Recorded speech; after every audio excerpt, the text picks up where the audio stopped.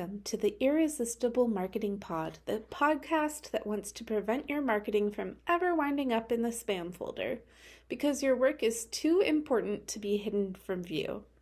I'm your host, Isa Gauchi, your marketing confidence cheerleader and owner of the Isa Messaging digital marketing agency for small business baddies. Today we're going to talk about a marketing task that a lot of y'all get really in your heads about, copywriting. Because a lot of you tell me that when faced with a blank page, it really tends to stir your anxiety. Name something scarier for a heart-centered entrepreneur than trying to figure out how to sell their work to other people. At the start of writing a sales page, an email campaign, a carousel, this is where many get caught up in their heads and ghost on their marketing before they even write a single word. But copywriting is also an incredible opportunity to forge a powerful connection with other humans, create common ground, build trust, and warm up an audience to become happily paying customers. Here's the thing. AI could never create the kind of human connection possible with copywriting that truly comes from the heart. But the trick is using data to direct that storytelling flair to get the marketing results that you want. Joining me today, I have copywriter and marketing strategist Melissa Esmeralda, who shares how to study your ideal client, your audience, and your own story to craft the most compelling sales pages, email marketing, and funnels that your heart and bottom line could hope for. Hello, Melissa. Welcome to the Irresistible Marketing Pod. Hi, Issa. Thank you so much for having me. I am so excited to talk with you about copywriting today. But before we dive in, would you mind introducing yourself to the good people? Sure. So what I always tell people is that I'm a copywriter, marketing strategist, and semi-retired rugby player, just because people are like, oh, that's kind of weird. And it usually helps start a conversation. I don't really play rugby anymore. I was a litigation paralegal for 8 years while playing rugby as much as I could when I wasn't injured. And then I left because I didn't enjoy the career field. And I've been very fortunate that my first venture into something different is something that I really enjoy. So I've been a copywriter for 4 years now, and I've been running my business full time for the last 3 years, almost 3 years. I quit my last job on my birthday, which was super cool. But it wasn't planned. It was just really cool how it worked out. Awesome. Well, congratulations on your 3-year business anniversary. Thank you. Um, so I invited you on because a lot of my clients feel really good about their offer, like in their head. They feel good about their clients and the value they bring. And then they have to do something like write a sales page or write an email. And suddenly just the prospect of putting the words on the paper makes them get in their head, brings up the imposter syndrome, especially when a lot of folks, such as myself, are like, lead with the transformation, let them know what they're going to get out of it. Do you have any advice for when faced with that blank page, if your mind also goes blank, what to Oh do? yeah. Blank page syndrome is a real thing. Like I think the hardest part of any type of project, whether it's like a client project or even like talking to my old email list, is just writing the first sentence because it's so easy to overthink it. But I always tell people to not be afraid to write badly. And it's just a draft, like nobody has to see it. It's completely okay. And especially something like a sales page, which is a monster of a project, it's going to take a little bit of time to figure out like how you want to structure it, how you want to present the transformation, how you want to really get into your clients' heads. And that's why I'm always so big on research calls. They're a huge part of my process for sales pages, website copy, but also for email marketing, just because, okay, we know that we like our offer and we're good at what we do, but like nobody hypes you up better than the people that you've helped. And they also provide incredible testimonials. So it's a fairly easy Zoom call where I talk to them like for like 20 minutes and I ask them questions like, what was going on in your life before you hired Issa? What was your transformation? What would have happened if you never worked together? What objections did you have? And what was it that pushed you to work together? And people get really excited just to talk about like what was going on, like the transformation that you helped them with, what the results were and like why they recommend you to other people, because that's something AI can't do. And although I do acknowledge that AI is useful for certain things, like it's great for brainstorming, it's great for editing, and I use it all the time for synonyms. Just because like I can't remember how many times I can say the same thing over and over again, you know? But that's something that AI can't replicate because you're having an actual conversation with somebody else. And it's such a great way to find out what is it about you that makes you unique, even in a pretty crowded industry. Why do people come towards you? Because yes, you provide this result, but maybe it's something in your process that you didn't really see as something super unique, but your clients really love it, for example. So it's great voice of customer research. It's a great testimonial, but it can really help set the tone for like a sales page, for example, because you already have so much data to work with. You know what your ideal client, like what they were going through before they were with you. So you can then present your offer as a solution. So once you've done a lot of research beforehand, it makes the writing process so much easier. That's such good advice. It's I think it's really funny how often the thing that you think you're supposed to hide or like tone down in your marketing, and then you actually talk to your buyers is actually the thing that made them want to work with you. Like it Mhm. happens so often. Is that your experience as well?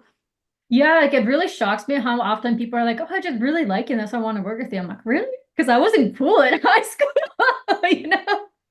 But like your skills and your personality, like that's such a great combination because say they're talking to somebody else, it's the same thing that you do, same price points, skill set, and everything, but their personality just didn't shine as much as yours did, or it wasn't as compatible. I'm like, who wouldn't go with the better fit person if everything else is the same? Because someone can be hit everything that you want, like an ideal client, for example, on paper, and then you meet on a discovery call and you're like, well, actually, this might not be the best fit, which is why it's important to have them. But yeah, your personality can definitely go a long way.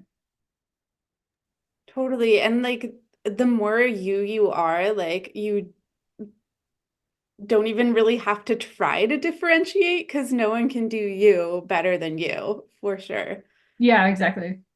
So, speaking of the sales page, because like you said, it's a monster project. It's a big project to do a sales page. And it can feel like emotional too when you're like, here's why you should buy it.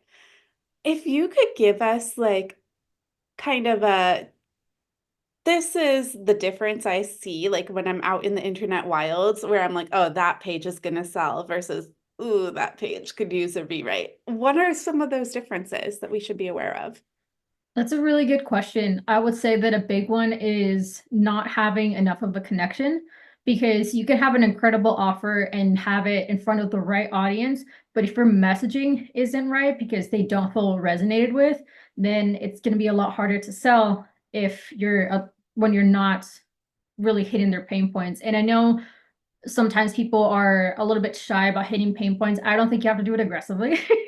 Like you can absolutely touch on them and be like, hey, this is what you're going through, but paint a picture, have a little bit more storytelling, especially at the beginning of a sales page, which is I don't see a lot of people utilizing. Usually they just want to say the name of their offer and then maybe the price and then go straight into the selling. And people are like, whoa, like, what is this?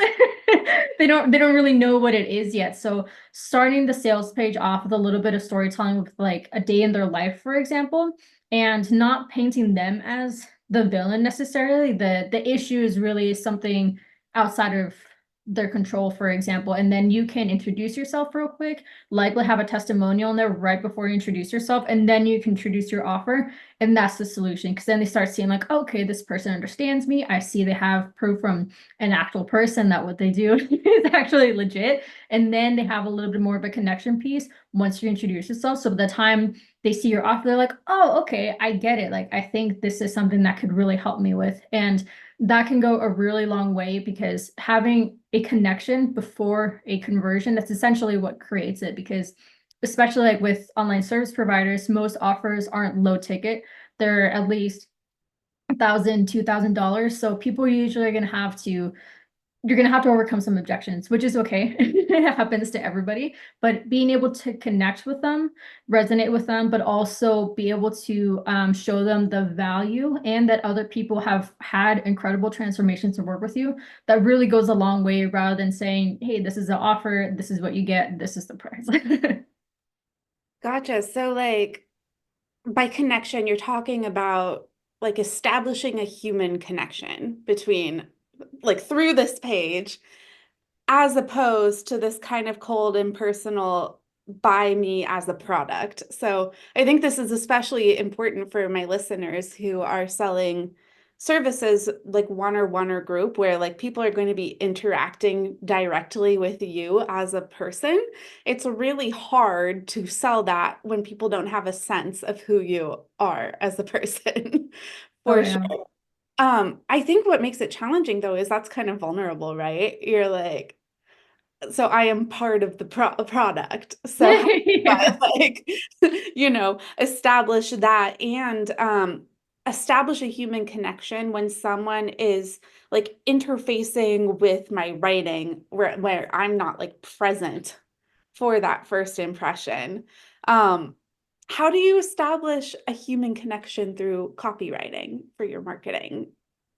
Yeah, that's essentially getting to know my clients a little bit. So yes, the research calls are really great for huge parts of writing the copy, but also because I love to incorporate storytelling, like I need to know my clients a little bit better as well too, because it's hard to put yourself out there initially because it feels really weird, especially like if you're first starting out and like you don't have a lot of subscribers yet, for example, and it's up to you and what you're comfortable with and how vulnerable you want to be. I am not big on social media. I've always struggled with it. But on my email list, I will get a little bit more personal there. And I had an email to my list a few weeks ago that was more personal than like I thought it would be. It's more about like my background and growing up and everything. And I've never had so many responses, just people saying like thank you, like this like really resonated. And I was like, wow, people actually read my stuff. But like the whole thing, but it does create more of a connection. And I think as long as what you're sharing is relatable, but also you're able to tie it into it's relevant to your offer or business in some way without feeling like a huge pivot, then I think that's a good sign that what you're sharing is authentic and it's going to resonate. Because I do see people, especially on LinkedIn, that they'll try to turn everything into a business lesson, which I guess you can, but sometimes it's just kind of nice to just talk about your day. Maybe you have something exciting going on, like it's okay to have non-salesy emails and build that relationship because some buyers are slow in the decision-making process, especially for a higher ticket offer. So they're going to need to have more of a relationship build with you versus people who are faster decision makers, which are less likely for a more expensive offer. But all of that is important to incorporate just because you never know what email it's going to be or what piece of copy it's going to be. Someone's going to be like, oh yeah, Issa's exactly the type of person I want to work with. Like, let me work with her now. It's all long term. That's such a good point. And I know this metaphor is probably overused, but I'm like, it's kind of like the difference between walking up to someone you don't know and being like, let's get married. Yeah. No preamble. And, actually building a relationship and like intimacy and knowledge between people. And so like for marketing, I'm like, let's build the relationship instead of being like, hi, let's get married, Yeah. Yeah, Yeah. absolutely. Yeah, I do see that there's a bit of a difference, like not with everybody, of course, but like at least my personal theory with marketing, why men are more likely to be like the sales bro type and women are more likely to be like, hey, I want to get to know you. It's because when like straight men and straight women date, the men do tend to be like, hey, let's do this. And girls are like, whoa, wait, I don't know you yet. Let's slow down a little bit. And they'd rather build a relationship first. I think that translates to business in a lot of different ways, just because maybe that's just how we do things in other aspects in our life. Yeah, I think also like when you take the time to really get to know like the people you're actually serving when you're talking about these research calls with actual clients, and then you as a copywriter when you're hired, like really getting to know who you're representing through copywriting. Part of it is establishing through your copywriting, like I care about the humans involved in this situation, not just about the Mhm. sale. And if you go too quickly for the kill, it's kind of like that same parallel, like, oh, I see why you care. But like the second my wallet is closed, like you don't care what happens to me in my business, right? Um, Yeah. Whereas if you take the time to establish this human connection, like people feel safer investing in you as a service provider because it's like, oh, I feel like you actually care. Like you actually care Mhm. about my experience and what happens when I work with you. Yeah, and some people are really strict, like with their email list, for example. And like I know the statistic is something along the lines if somebody doesn't buy from you within the first, I want to say like 60 or it might be 90 days, then they're probably never going to buy from you. So they'll just kick people off their list. And I think that's a stupid move because like what I was saying earlier, some people are just slower decision makers. Like you don't know what's going on in someone's life. Maybe they really want to work with you, but they just had a death in the family or something really urgent came up. So like, or they need to save up to work with you, for example, and you don't know that because they're not replying, but that doesn't mean they're not watching or they're not still interacting with what you're sending. Because again, we don't know what's on the other side of someone else's life. And just because they didn't buy from you today, I think it's really off-putting when I get those emails. They're like, "Oh, well, we're gonna kick you off because you haven't bought anything." Because I don't know. I think it's unrealistic. Like if they're an active subscriber and they just don't open your emails, that's completely different. But I don't think there is a sense in kicking off people just because they haven't bought from you, because then that makes it very transactional, which I don't agree with. Yeah, totally. I know for my higher ticket like coaching services, my typical buying cycle is like longer than 3 months. Like people like go hang out on my podcast or my content for like literally months. And then I will feel like they came out of nowhere when they show up and they're like, take my money, let's work together. And I'm like, great. But from their perspective, like they've been like, you know, processing, experiencing, thinking about it. And I don't want to rush that process because I want people to feel as safe as possible and as good about their decision as possible, especially when we're talking about large investments and money or time or attention, for sure. Yeah. And like I think urgency is a very good tactic to use like in sales pages, for example, but you want to use the right type of urgency. Like if you don't have like a cap of how many people have in your program, for example, like don't tell people, oh, only 2 spots left or whatever, when that's not an actual thing, or if it's like an evergreen program. But I think an internal urgency works really well, and just kind of placing someone in their future self's shoes and just kind of leveling with them, saying something along the lines of, imagine it's 6 months from now, however long your coaching program is, you've completed the name of your program. You just hit your first like 10K month or something like that. And it's kind of letting them know that, because from the very beginning, we started off the storytelling with a day in their life and like their current struggles and everything, but then ending the sales page with them like not quite fantasizing, because like it is possible for them, but then seeing like, oh, okay, well, this actually is possible with this program. It's a lot gentler way, but it's still really effective too, because it's not so like aggressive in your face, you know, because again, they've already read through like other testimonials of real people who have gotten similar results. And that's why all those pieces are so important to put together. Such a good point. Yeah, so speaking of the storytelling aspect, a lot of people get hung up on like just how vulnerable should I be? Do you have any guidelines for how much of your personal story you should share in your marketing or how vulnerable you should be when marketing your stuff? I think being vulnerable in general will always feel weird, even if it's just a little bit or if it's a lot, but just think about what feels comfortable to you. Like if you never want to show your kids' faces or anything like that, that's completely okay. Like if you only want to talk about a handful of things in your life to your subscribers, that's completely okay too. Just as long as it, I think that as long as it's relevant to the message you're trying to convey, then that's as vulnerable as it should be. Like you don't have to tell everyone your life story unless you really want to and you feel like that's helpful. But it is, especially for personnel like online service providers, solopreneurs, and personality based businesses, being open and being willing to be vulnerable can really go a long way, because it sounds weird, but being specific works really well, because you're not talking to everybody, and you really don't want everybody coming into like your group coaching program, for example, which is why you want to be so hyper specific on your messaging and the people you're trying to target. Because if you're too broad, it's going to sound a little bit too general. And people want to work with an expert. They want to work with somebody who understands what they're going through, knows what their goals are, and then knows how to get there. And if you're able to be really specific about that. And a lot of the times that I've seen too, a lot of coaches, for example, they're targeting people whose shoes they used to be in, which is a huge connection piece, because they can see like, oh, wow, this person knows exactly what I'm going through because they went through the same thing. And it really helps with that trust building, rather than just kind of throwing something like an offer together just to throw it together. They see that it really means a lot to them. Yeah, you're so right. And I'm always telling my clients, like, especially if you're in a field like coaching or anywhere where you're asking clients for vulnerability, I find it's often really hard to get other people to feel safe being vulnerable with you if you are unwilling to be vulnerable yourself. Yeah. For sure.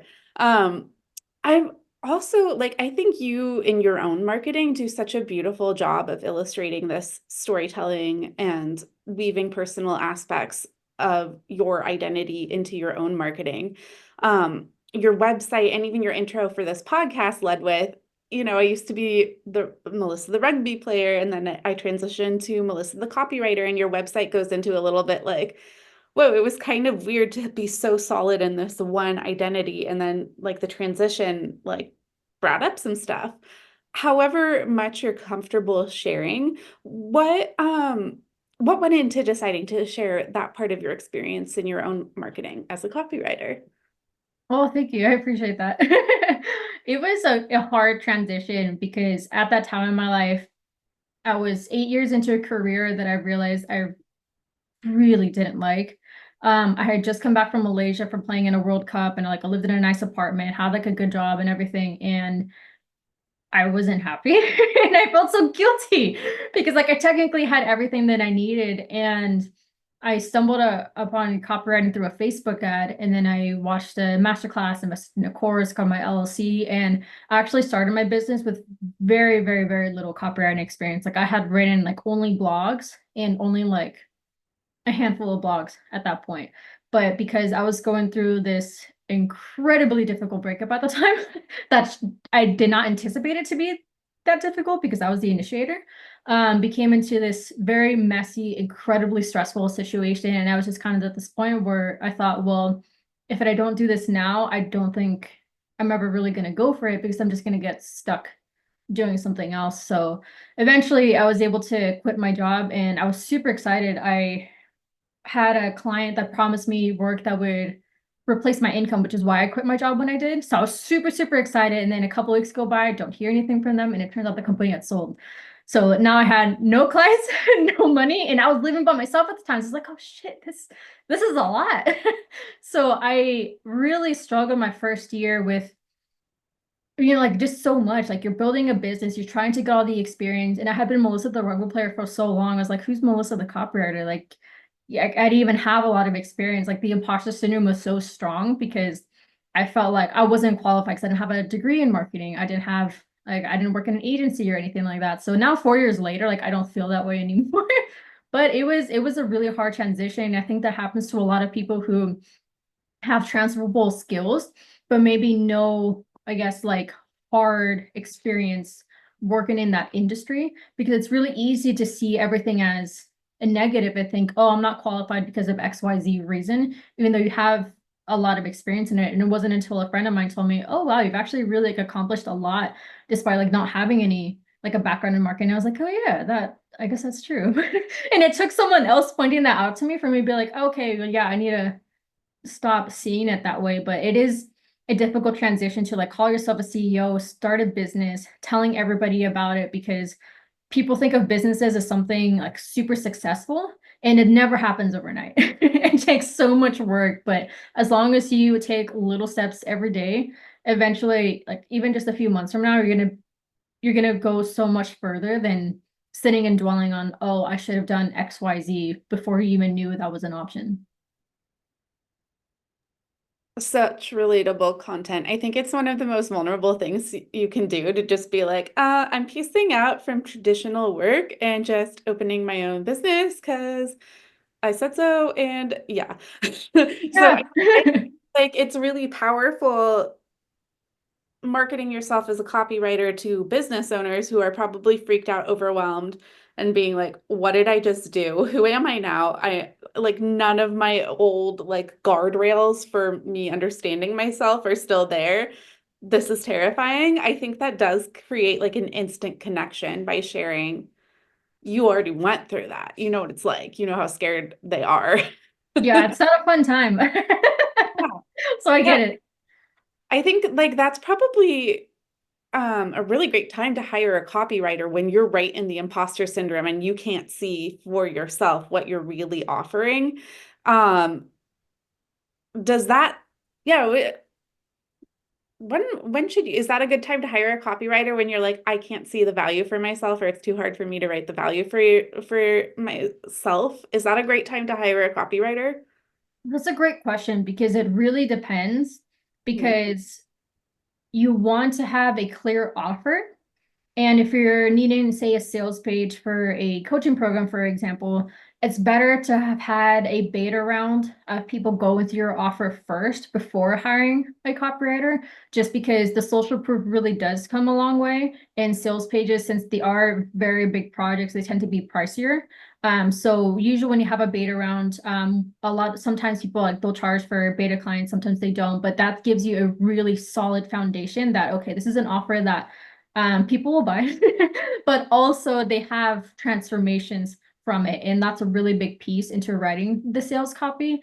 If you don't have any type of marketing material out there, like a website, landing page, or anything, I think that's okay. I don't think you need like a full 5-page website or anything like that, but the very minimum have some type of landing page or a mini sales page that has a very clear one-liner on the full copy. So before somebody scrolls down, what you do, who you help, and how you can help them, a little bit about you, hopefully a testimonial, and then you talk about your offer because it's really hard for people to resonate with you if they just don't know anything about you. But yeah, if you have a validated offer, then that's a good time usually to hire a copywriter. And then once you realize that you are adding multiple components into your marketing funnel, like an email list, for example, just because it's a lot to do on your own. Yeah, for sure. And I think like there have been times when I've felt a little shaky in my confidence and then I've hired like a designer or someone to help me out with something. And then they turn up this thing and they make me sound amazing. And then I'm like, oh, wow, I'm really glad I hired Yeah. you. Like I couldn't see it for myself, but sometimes it like helps to have it reflected back through someone else's skill and expertise and expert eye, you know? Oh yeah, absolutely. Sometimes it takes someone else telling you how it is, and you're like, oh yeah, I guess that is true. I just have been telling myself something differently for so long. Exactly. So we were talking in the beginning about like faced with the blank sheet when people get really hung up on copywriting. So the other one besides the sales page, like people like get in their heads about the sales page, but also about email marketing. And now you've shared some really cool stats about what kind of results you've been able to get your clients. And one of them that stood out to me was you took a unengaged email list to a 7% CTR, which is really good. So for those out there, is it, you probably actually know what's a good CTR in 2024?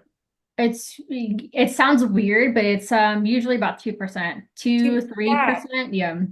Yeah, so 7% is like a really good click-through rate. Um, Whatever you're able to share, how did you take an unengaged email list to a 7% CTR or click-through rate? Oh, thank you. Well, part of that also goes to my client too, because even though her email list wasn't engaged, she's very active on LinkedIn. So she still has like presence and authority. So people know who she is. So when they would get emails from her, like I know that helped a lot with the credibility. And with that particular email sequence, I believe that email was from the segmentation email, which is something I always tell clients you really want to have a segmentation email because it helps categorize people in your ESP or email service provider where they are in their business or whatever data you want to collect. But it's a great way to encourage replies. And she was getting a ton of replies from people, and she had a fairly, she had at least 1,000, maybe 2,000 subscribers on her email list. But before that, like nobody was responding to anything. Could you So explain then, what a segmentation email is? oh yeah, it's the segmentation email. You've probably seen them before. It's after you've opted into someone's email list and after they've introduced themselves to you. They'll probably have an email saying something along the lines of click the link or click the phrase that best relates to you or resonates with you the most, because they're trying to categorize you. So for my email list, I have someone who is a newer entrepreneur. That's option number one. Number two is someone who's more established. Number three is for copywriters, and number four is for copywriters who still want to receive all the marketing emails, just because we like to like look at other people's stuff.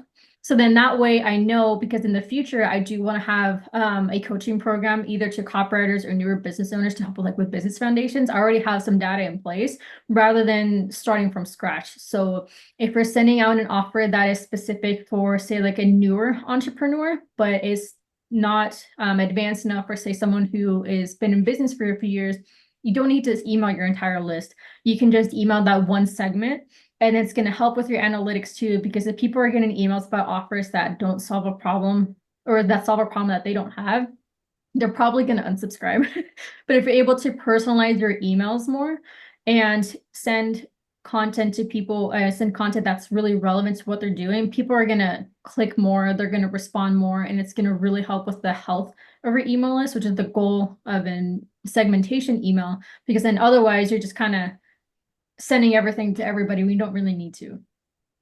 Okay, and I'm going to break this down even more for my peeps who tell me they aren't tech savvy. So this is really cool. So you set up an email that is automatically sent to new subscribers where they will self-select into the group that is most relevant to them, and then like a tag will automatically happen.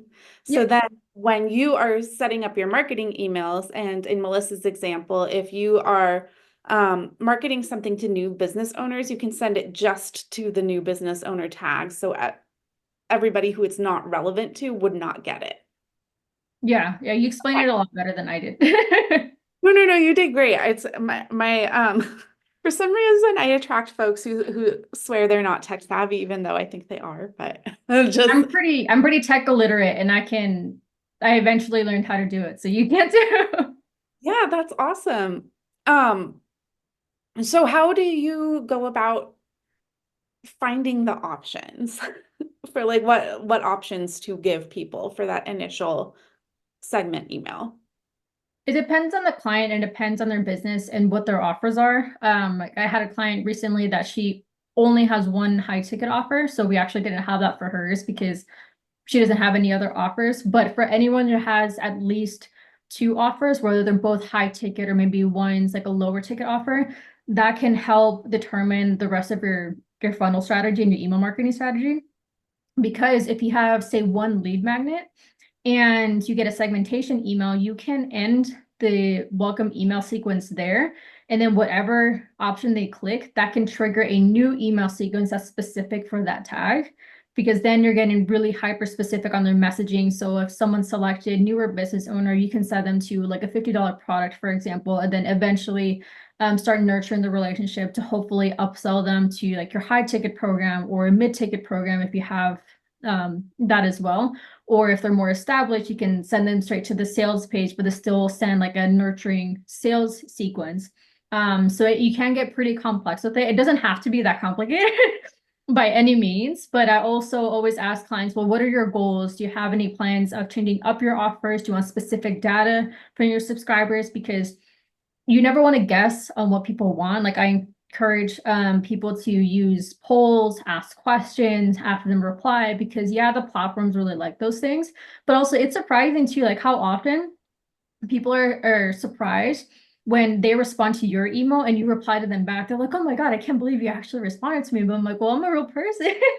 And it's just exciting to them because again, you're building that relationship too, because yes, of course, like it'd be great if we could work with everybody on our email list, but you're also care about them and where they are in their entrepreneurial journey, and they're not just a number to you. Yeah, and what's cool about this is it does sound like a lot of work on the front end to set up these automations.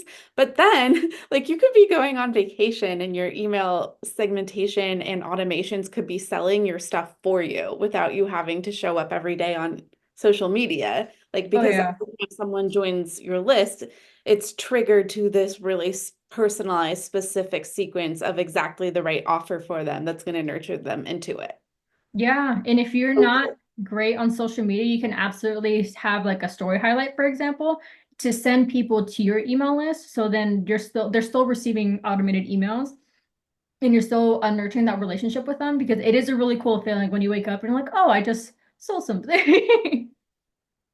Yeah. Oh, yeah. I want that for all of us. I love that for us.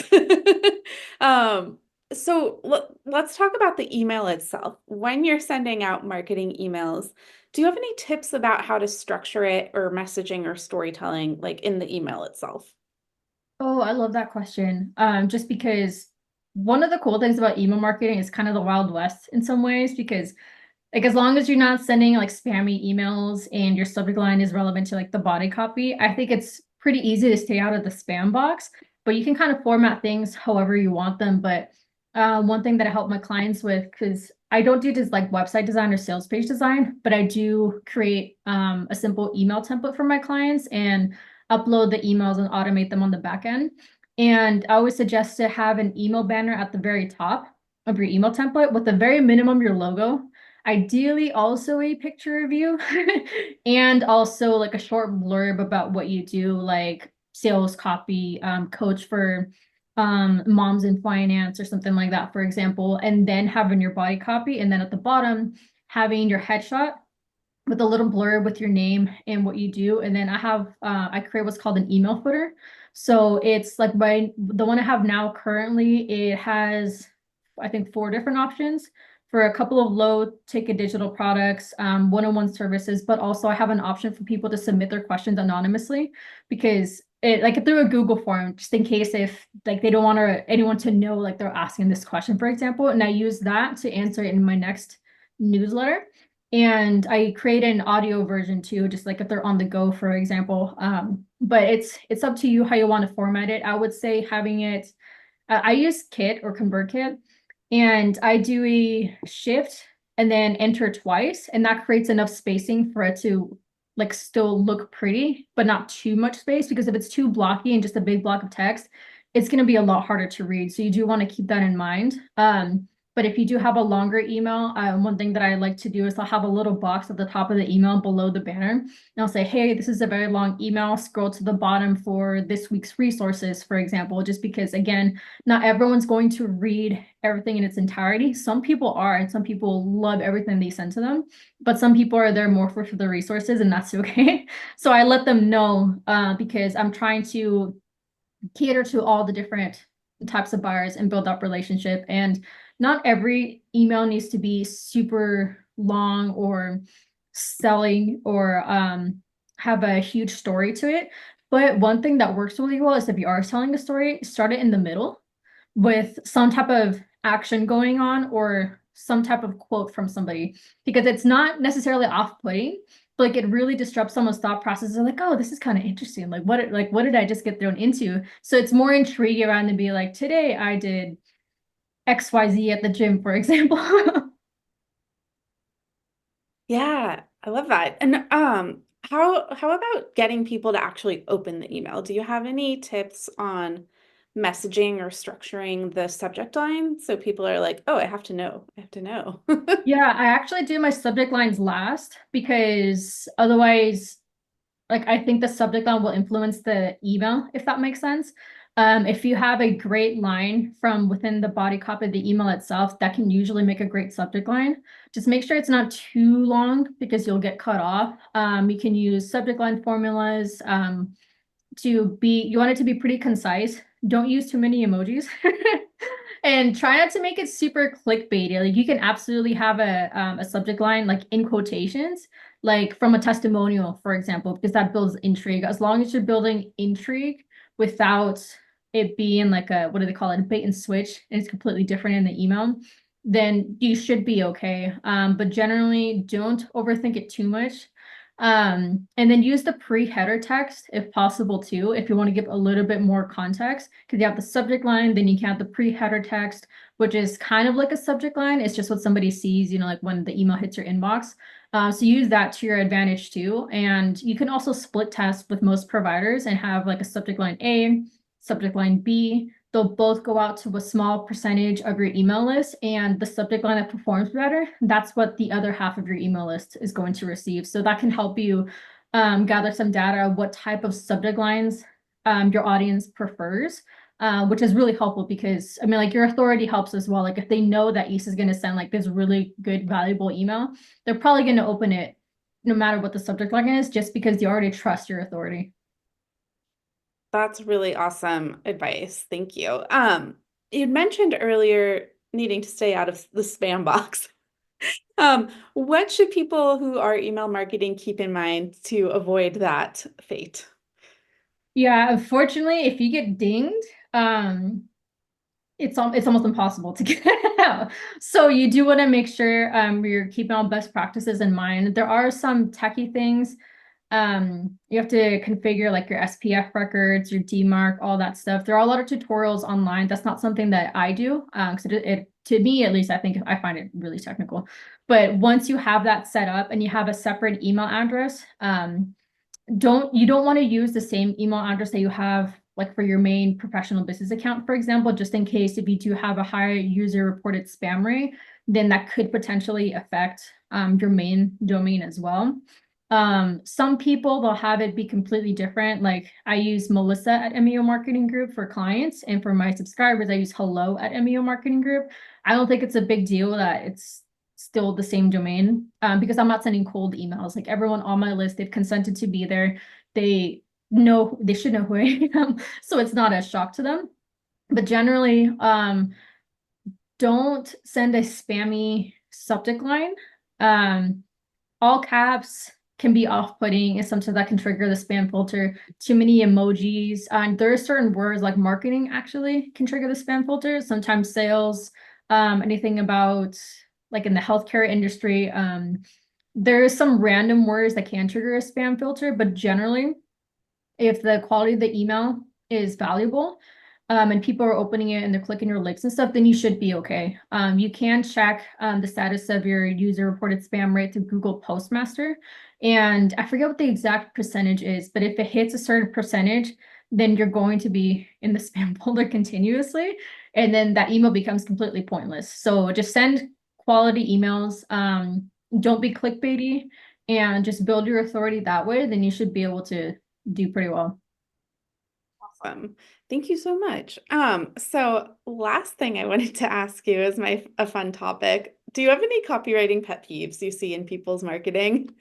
Tell us I what. was thinking about that for a while when I saw you sent over that question. I was like, what is my copywriting pet peeve? I guess this isn't like a huge deal, but I think sometimes people will go like too far into the personality to the point that something isn't quite clear, and they'll have an inside joke, and I'm like, I'm not sure what I'm reading. Like, did I miss something? Just because like I don't quite understand it. Which isn't a big deal. Like I think if it's for like as long as your audience will understand what you're saying and it's clear to them, that's really all that matters. But yeah, I don't think, not really, not that I can think of. I think I have one. I think for people who are offering very personalized services, where like they're like a coach or one-on-one service provider, or like leading a group, is when their marketing sounds different than they sound when they're communicating with people. Because I think people, when they feel vulnerable, often have this impulse to make it sound very formal and like very Mm. sterile, removed, and professional. And I'm like, but that's not what your program's like. That's not what you're like. Um, so I think that's mine. Yeah, just edging on the side of too formal when that's not actually the vibe. Yeah, that's why aligned messaging is so important, because you don't want people to get on a call with you and they're like, "Ah, that's not what I thought this was gonna be." Yeah, totally. All right, Melissa, thank you so much for sharing your copywriting expertise with our audience. Is there anything else you want us to know about copywriting before I let you go? Yeah, don't be afraid to write a lot of things badly. It will take a little bit of time to find your style, find your brand voice, and that's completely okay. The first website I wrote for my own website, it's embarrassing to look at. It gets better, I promise. Same. Yeah, I think it's the hardest. Starting is the hardest part, and Oh then yeah. like you can only make it better.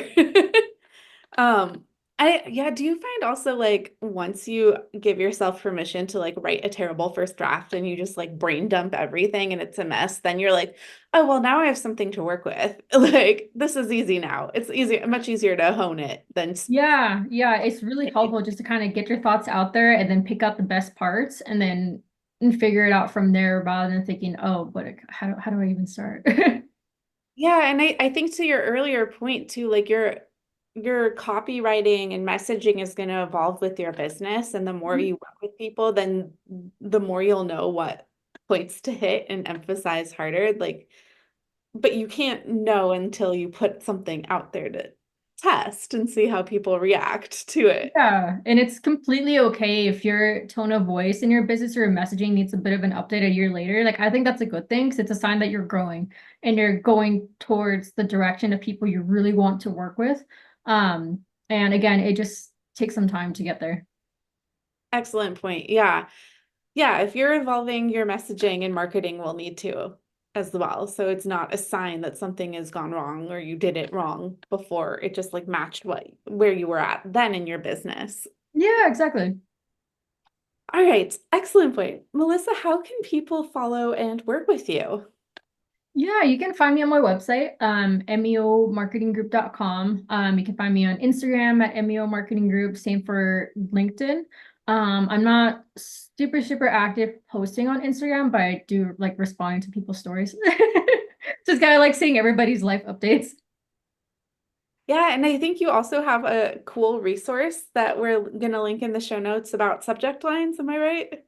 Yeah, it's a lead magnet. It's called 10 subject line formulas for attention grabbing emails. So it's yes, the subject line formulas themselves, but also I have some mini lessons in there, some like site hacks, just so kind of really help you get things going, just because I get stumped writing subject lines all the time. And like that's how I end up creating this resource, just because like I know it can be difficult to get out of your own head. And just having like quick little formulas can really help out a lot.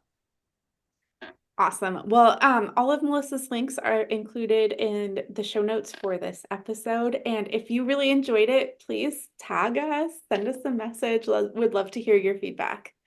All right. Thank you, Melissa. Yeah, thank you so much. This is really fun. That's a wrap for today's episode. Thank you so much for listening. Be sure to check the show notes for how to work with and follow Melissa and for how to work with and follow me. And for a limited time, I'm offering a complimentary 22-minute marketing audit because sometimes you're just too close to the work to see what is not working. So get a fresh pair of eyes on it and some motivating, achievable action steps to take today to attract more of your aligned customers, sales, and following through your marketing. Let's get you working smarter, not harder. Book now at the link in show notes.